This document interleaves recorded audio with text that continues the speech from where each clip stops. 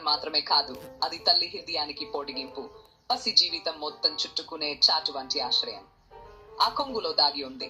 కన్నీటి రేగలు, చెమచుక్కలు, పలకని ప్రార్థనలు, అర్చని బాధలు, మాటలో చెప్పలేని త్యాగాలు.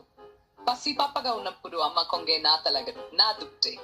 నిదలేని రాత్రుల్లో దాని పడిన పాల్ బిందువులు నా పెదవులకు ప్రాణం పోసిన శాశ్వత జాకన్. అర్చినప్పుడు నోరు తుడిచినది ఆ కొంగే, భయపడి వణికినప్పుడు గుండెలప వేసింది ఆ కొంగే. ప్రపంచం దూరమౌన ఆ చిన్న వస్త్రపు తాకుడు అమంతంలా హృదయాన్ని నింపేది. పాఠశాలకు బయలుదేరిన రోజులు గుర్తొస్తున్నాయి. ఒక చేతిలో పుస్తకాలు, మరో చేతిలో బీచం కట్టి పంపిన సంచి, ముందుకు నడవంటూ నడుము తరిమంది అమ్మ కొంగే. గాలివానలలోనూ, కష్టాల అగ్నిలోనూ, తరిసిన బాటలోనూ ఆ కొంగే నాకు గుడారమై నిలిచింది. అమ్మ కొంగులో కట్టుకున్నాయి పల్లెటూరి వంటింటి వాసనలు, తాతయ్య అమ్మమ్మల జ్ఞాపకాలు, పాడిన లాలిపాటల స్వరాలు, చెల్లెల నవ్వులు, అన్నయ్య తర్బాట్లు. ఆ చిన్న వస్త్రము ఒక కుటుంబ చరిత్రను మోసే మానసిక గ్రమం, ఒక వంశంగౌరవాన్ని కాపాడే కంచ.